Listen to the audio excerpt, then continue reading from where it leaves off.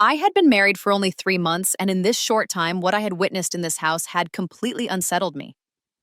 Coming from the city, I was a well educated girl who had dreamed of a peaceful life after marrying into this family in a village. I had thought life here would be simple and serene, but the people's lifestyles and peculiar ways were nothing short of shocking. Up until a point, I could overlook their odd habits, but my brother in law was something else entirely. Just the sight of him was enough to make my skin crawl. There wasn't another man in the family, or perhaps even the entire village, quite like him. My sister in law was madly devoted to her husband. She was so obsessed that she didn't even want him to step outside their room unnecessarily. This man, with his towering height and body like a wrestler, was impossible to ignore. When I first saw him with his muscular build, I assumed he must be involved in wrestling or some physically demanding job. But my husband had told me that he simply worked on the farm and had no other interests. He eats parathas cooked in desi ghee every morning and leaves for work only to return late at night, my husband had said casually. My brother-in-law spoke very little, only concerning himself with his own tasks. His silent demeanor made me hesitant to interact with him, so I avoided unnecessary conversations. My sister-in-law, on the other hand, was polite and kind to me, but carried a slightly haughty air about her. Whenever my brother-in-law returned home, she would rush to the kitchen, pushing me aside. Move, my husband is back. He'll start shouting for buttermilk and parathas any moment, she'd say, shooing me away from the stove. She would immediately knead dough, rolling out 6 or 7 large parathas, and prepare fresh buttermilk to serve him. My brother-in-law would sit on the charpoy in the courtyard, devouring everything within minutes. I stood by, watching in disbelief.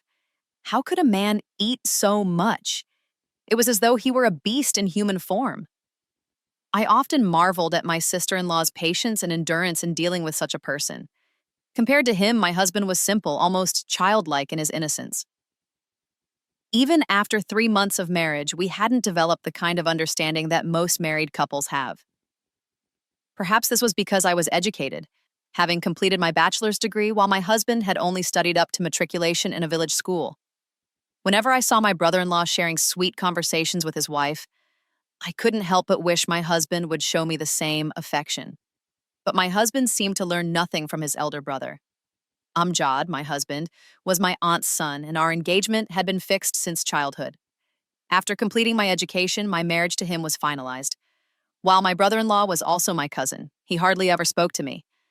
I had noticed, however, that he and his wife shared a deep bond.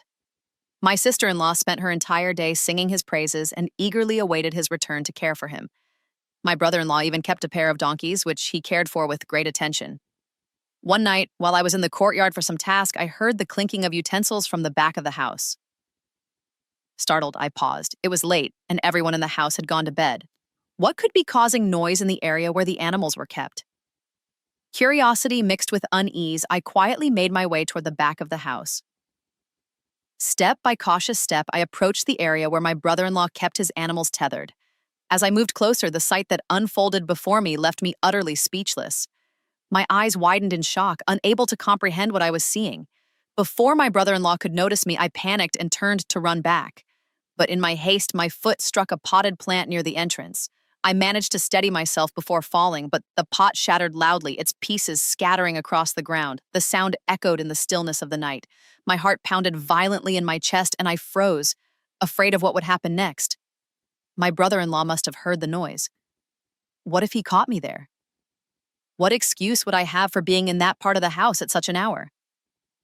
I quickly gathered my composure and hurried back to my room, trying to suppress the fear and confusion bubbling inside me.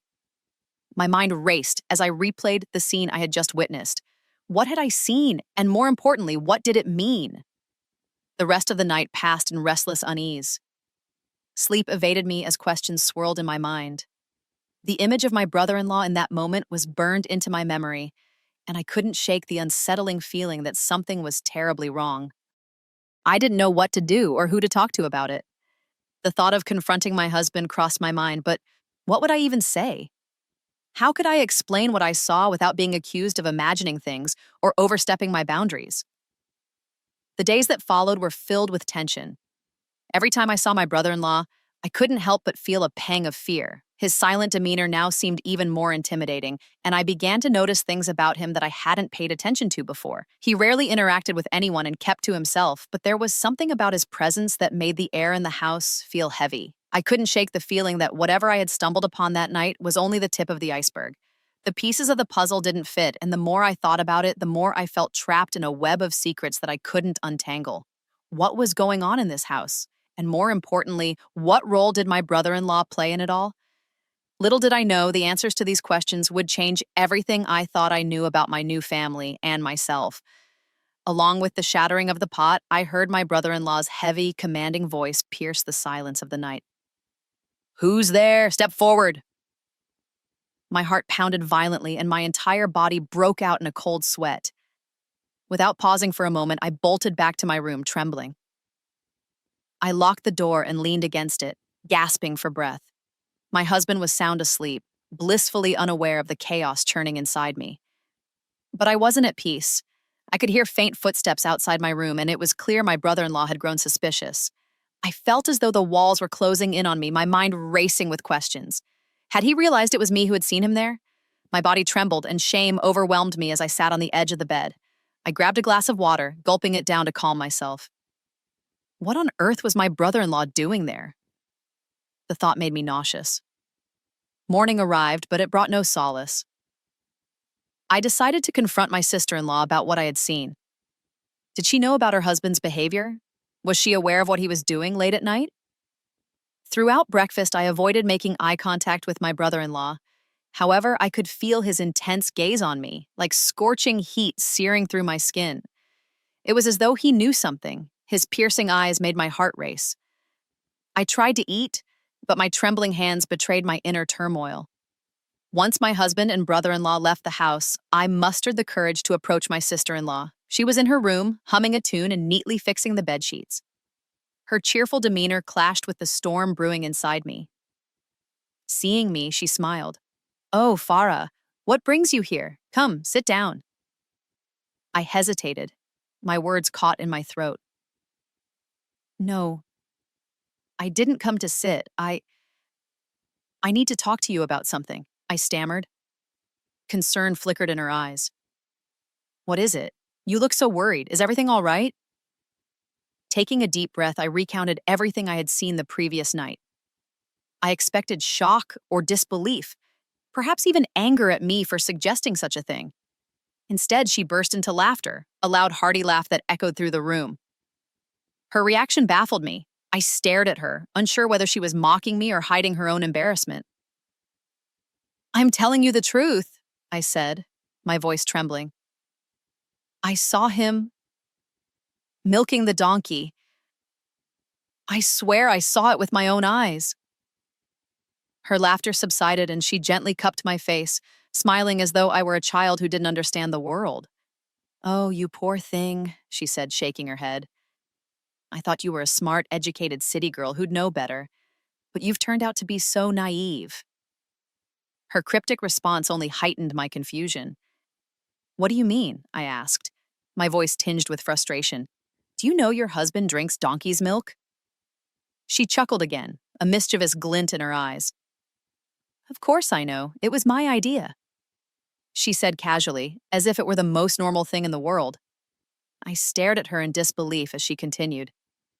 "Donkey's milk is incredibly beneficial. Look at your brother-in-law. Have you ever seen a man so strong and healthy? His muscular build, his unmatched strength. It's all because of the milk. He can accomplish what 10 men combined couldn't do. If you're smart, you'll convince your husband to drink it too. A sip or two won't hurt," she added with a wink. Her words left me shaken. I vigorously shook my head in denial. My sister-in-law's nonchalance and smug tone only deepened my unease. Her words echoed in my mind, making me question everything I thought I knew about this family. The image of my brother-in-law's towering, muscular frame haunted me. Was this truly the secret behind his physical prowess? The thought made my stomach churn. I left her room in a daze, unable to process the bizarre reality I had stumbled upon. As the days passed, my sister-in-law's health began to deteriorate. She often felt dizzy and weak, and one day, while cooking, she fainted. I immediately called my husband, who returned home with my brother-in-law. They took her to the hospital, and the news that followed left us all devastated. She had been diagnosed with a brain tumor. When my brother-in-law heard the diagnosis, he broke down completely. He sobbed uncontrollably, his cries reverberating through the hospital halls. I had never seen him like this before. He was always stoic, his face a mask of strength and resolve. But now he was utterly shattered, consumed by grief. For the first time, I saw the human side of him, the vulnerability hidden beneath his intimidating exterior. His anguish was raw and unfiltered, and it shook me to my core. Watching him cry made me realize just how deeply he loved his wife. The man who seemed invincible, who carried an air of indifference, was now reduced to tears for the woman he cherished. It was a poignant reminder that beneath the layers of strength and secrecy, he was just a man, capable of love, pain, and despair. My perspective of him shifted in that moment. The man I once feared now seemed deeply human, struggling with the possibility of losing someone he loved more than life itself. As I stood there, silently observing his pain, I couldn't help but wonder how life could be so cruel. What would become of this family if my sister-in-law were to leave us? The thought was unbearable, and for the first time since my marriage, I prayed for her recovery with all my heart. Tears welled up in my eyes as I watched my brother-in-law break down in grief over his wife's condition. Despite everything, he was deeply devoted to her, and their love was undeniable.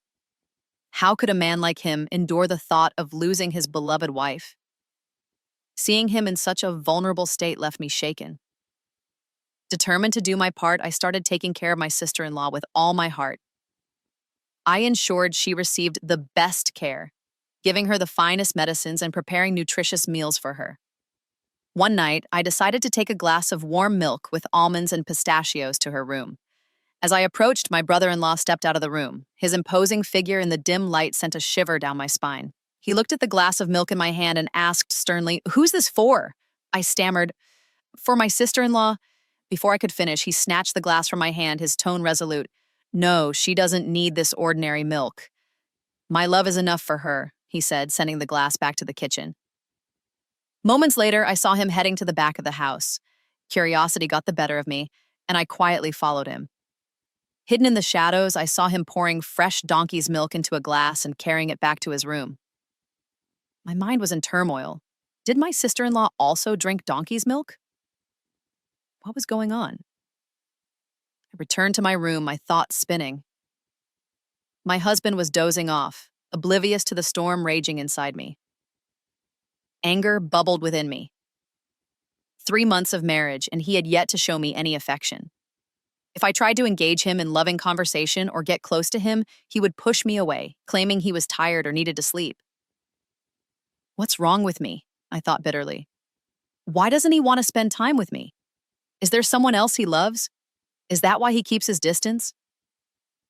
Determined to confront him, I decided I couldn't endure this any longer. I woke him up, ready to demand answers. But before I could speak, loud cries echoed from my brother-in-law's room. The piercing screams jolted my husband awake, and we both rushed toward their room. I hesitated outside the door, unsure whether to enter. My sister-in-law's cries continued, and I finally knocked, calling out, "Appa, are you all right? What's wrong?" The door creaked open, and what I saw left me frozen in shock. My sister-in-law stood there, drenched in blood. Her clothes and face were smeared with crimson, and she looked utterly helpless. My brother-in-law, visibly shaken, was trying to support her as she swayed unsteadily. Without wasting a moment, he carried her to the car and rushed her to the hospital. But the news that awaited us there was devastating. She had suffered a brain aneurysm, and the rupture had caused blood to flow from her nose, mouth, and ears. She didn't survive. Our beloved sister-in-law was gone. The grief was unbearable, but none felt it more deeply than my brother-in-law. He was a shadow of the man he used to be, consumed by sorrow.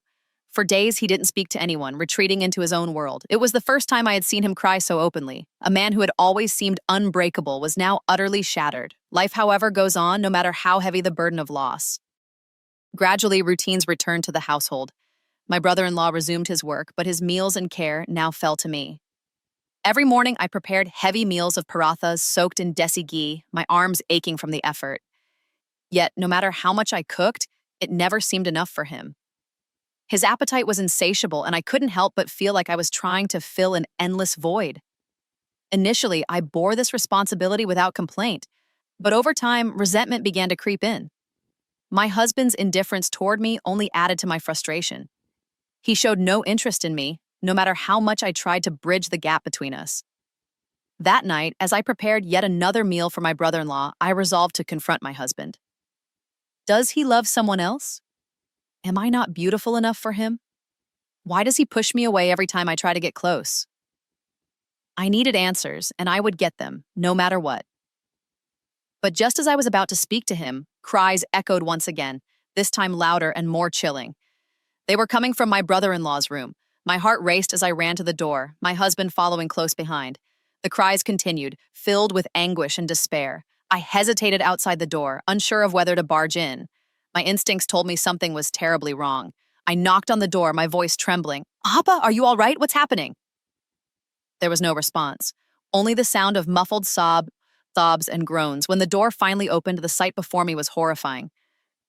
My sister-in-law lay lifeless, her body cold and still. Blood stained the floor, and my brother-in-law knelt beside her, his face etched with pain and disbelief. He cradled her lifeless body, tears streaming down his face. She was gone. The grief that followed was unimaginable. My brother-in-law's anguish was so profound that it seemed as though he had lost a part of himself. Days turned into weeks, but he remained inconsolable, lost in a sea of sorrow. And yet life demanded to move forward. I continued to take care of him, but the weight of it all began to take its toll on me. The lack of affection from my husband, combined with the overwhelming burden of caring for my brother-in-law, left me emotionally drained. That night, as I lay in bed, staring at the ceiling, I made up my mind I would no longer remain silent. I would confront my husband and demand the answers I deserved. My life had become a series of unanswered questions, and it was time to put an end to this silence. But little did I know the answers I sought would unravel secrets I could never have imagined. My marriage was only 3 months old, and in that short time, what I had witnessed in this house had left me utterly shaken. Coming from a city, I was an educated girl who had believed that life in the village would be peaceful and serene. But the customs, the ways of life, and the behavior of the people here were nothing short of peculiar. Among them all, my brother-in-law was the most unsettling presence. Just looking at him sent shivers down my spine. In the entire family, there wasn't another man like him. My sister-in-law was completely enamored with her husband and seemed obsessed with him to the point that she wouldn't even let him step out of the room without her permission. His towering frame and muscular build gave the impression of a wrestler. When I first saw him, I assumed he must be into bodybuilding or wrestling, but my husband had told me that he was just a farmer. He ate his fill of ghee-laden parathas every morning, headed out to the fields, and only returned late at night. My brother-in-law was a man of few words, always keeping to himself. I, too, maintained my distance from him, feeling uneasy around his imposing presence. On the other hand, my sister-in-law was a cheerful and affectionate woman, though a little bossy. Whenever her husband came home, she would hurriedly push me away from the stove, saying, "Move aside. My husband is here. He'll start yelling for parathas and lassi any second now. You can make your food later." She would then quickly roll out 6 or 7 large parathas and serve them with a big glass of lassi to her husband.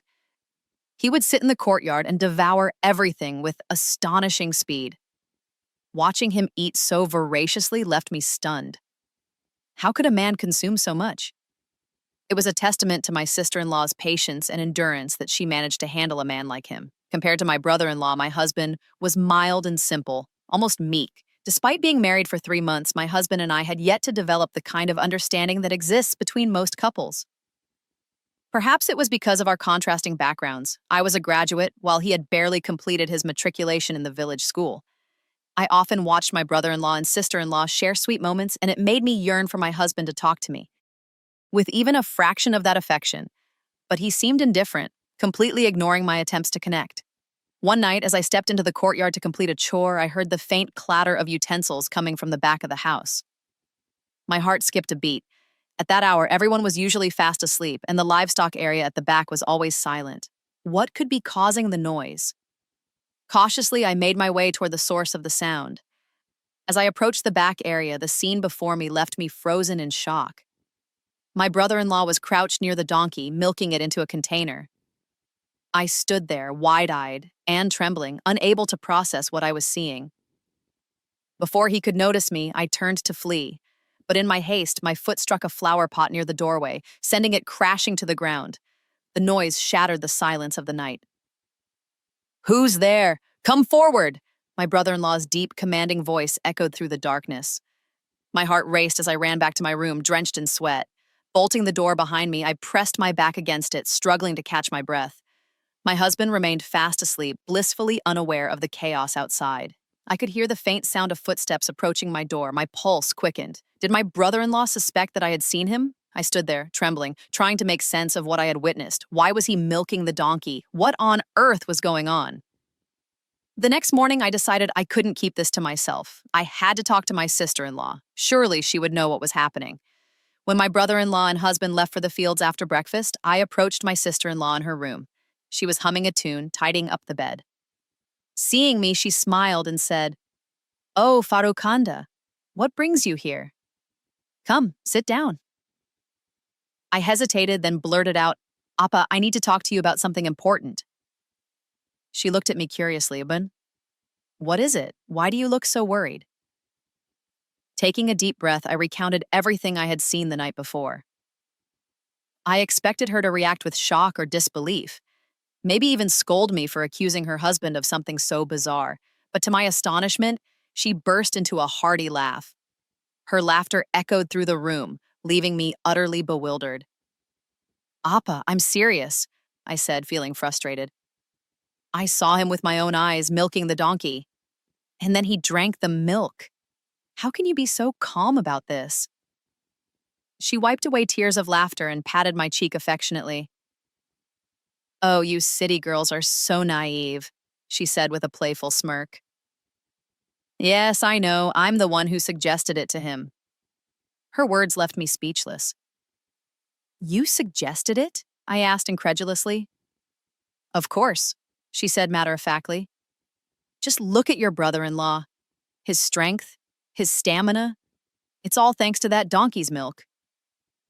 No one in the entire village, maybe even our whole family, is as strong as him. He can do the work of 10 men on his own. If you ask me, you should give some to your husband too. It'll do him good." She winked at me as she said this. Her casual attitude stunned me. I couldn't believe what I was hearing. Politely excusing myself, I left the room, my mind racing. Was this really the secret behind my brother-in-law's strength? Could this explain his larger-than-life physique? Days turned into weeks, and life went on. My sister-in-law's health began to deteriorate, and one tragic night, she passed away after suffering a severe brain aneurysm. Her loss hit the family hard, especially my brother-in-law, who was inconsolable. But even as he grieved, strange changes began to take place. My brother-in-law stopped drinking donkey's milk entirely. The once robust man seemed to wither before my eyes. His towering frame began to lose its strength, and he became a shadow of his former self. Yet the mystery of that night still lingered in my mind, haunting me with questions I didn't dare to ask. And as the days went on, I couldn't shake the feeling that this family harbored secrets darker and deeper than I could have ever imagined. My brother-in-law's question startled me. "Does Amjad keep you happy?" he asked, his deep voice laced with concern. "Are you facing any problems? If there's anything bothering you, tell me, and I'll make sure to pull his ear." His words left me uneasy. I quickly shook my head, replying, No, he's very good to me. You don't need to worry." It felt like he wanted to ask more, but I used the excuse of food on the stove and hurried to the kitchen, my nerves unsettled. Later that evening, when my husband returned home, he seemed unusually cheerful. Perhaps my brother-in-law had spoken to him. He engaged me in pleasant conversation, and for the first time in a long while, I felt some hope for our relationship. We had been married for nearly a year, yet our marriage hadn't blossomed into what I had imagined. The whispers of the neighborhood women had only added to my anxiety. "Neither the elder brother nor the younger one has children," they would say. "The elder one's been married for nearly a decade, and now it's been a year since the younger one's wedding. What's going on in this family?" Their words echoed in my mind. My late sister-in-law was no longer around, and now I was the target of their gossip.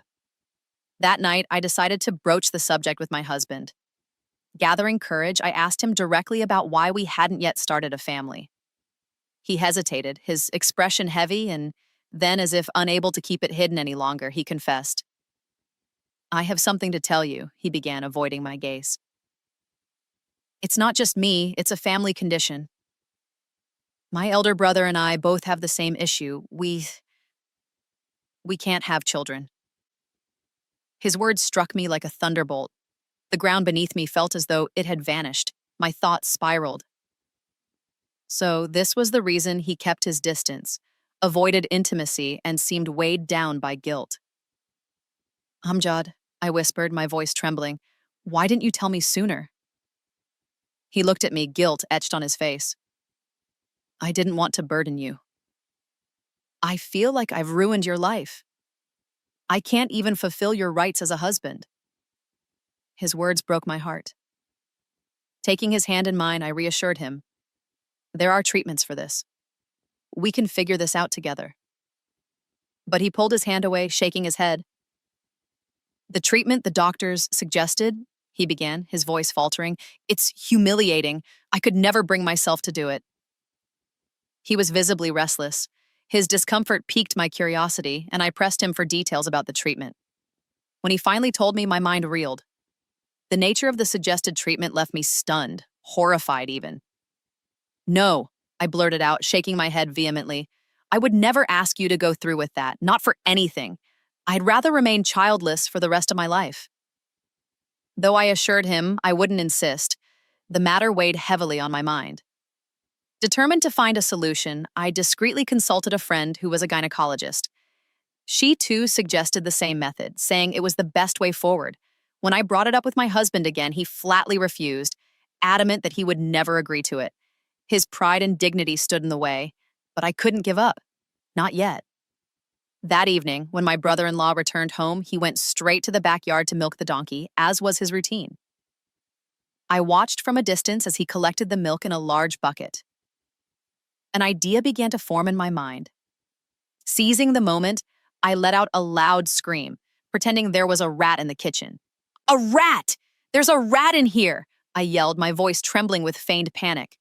Hearing my cries, my brother-in-law left the bucket where it was and rushed to the kitchen. Where is it? He demanded, looking around. Over there! I pointed vaguely, keeping up the act. While he searched for the imaginary rat, I quickly poured a portion of the donkey's milk into a smaller container and slipped it into my room. By the time he gave up on his search, the milk in the bucket had barely decreased enough to arouse suspicion. He muttered something under his breath about rats and returned to his seat, unaware of what had just transpired. Later that night, when my husband came home, I couldn't help but smile to myself. Unknowingly, my brother-in-law had provided the very thing that might help us. I prepared the milk and served it to my husband, watching as he drank it, oblivious to its source. In the days that followed, I continued this covert routine. Slowly but surely, I noticed a change in my husband. He seemed more energetic, his mood improved, and our relationship began to shift. But beneath my quiet triumph lay a growing fear. What would happen if my brother-in-law discovered what I had done? What if the villagers found out? The secrecy of my actions weighed heavily on me, but I was willing to bear the burden for the sake of our future. Little did I know that my small act of defiance would set off a chain of events that would unravel secrets far darker than I could have imagined. Secrets that would shake the very foundation of our lives. It was necessary for my husband to drink this milk as medicine. That night, I prepared the milk with pistachios and almonds and gave it to him. As soon as he took the first sip, he gagged and said, "This milk is spoiled. It's gone bad and you've given it to me." But I calmly replied, "No, it's perfectly fresh milk. Maybe it's just your taste buds acting up." He managed to take only a few sips before pushing it away. Over time, I repeatedly gave him the milk discreetly, mixing it with other ingredients to mask the taste. He drank it unknowingly, and I could only pray that it would work as I hoped. After a few months, he agreed to go for tests, and the results left him astonished. His medical condition had completely resolved. When he showed me the reports, his eyes were filled with disbelief. "This is a miracle," he said. "I never thought this could happen. It's as if some divine intervention cured me." He believed it was nature's miracle, but I knew the truth. I smiled inwardly, knowing that the milk had worked. A few months later, I found out I was pregnant. And soon, Allah blessed us with a beautiful baby girl. The birth of our daughter brought immense joy to our home. Even my brother-in-law, who had been grappling with his own grief, couldn't help but smile whenever he saw her. Our house, once shrouded in silence, was now filled with the sounds of laughter and the cries of a newborn. My husband was overjoyed, and for the first time, our marriage felt complete. During this time, my brother-in-law had undergone gallbladder surgery. Post-surgery, he had trouble digesting his food unless he drank donkey's milk. It seemed that this peculiar habit of his had become a necessity for his health. Despite our religious beliefs considering donkey's milk to be impermissible, using it as medicine for an ailment was a different matter. I, too, had used it as a remedy for my husband, seeing it as a cure rather than a violation. In our society, women often bear the brunt of such situations. If a woman is infertile or has some physical limitation, she's blamed and shamed for life. She hears taunts and accusations, yet she accepts them silently, bearing the weight of others' judgments without making it an issue of pride.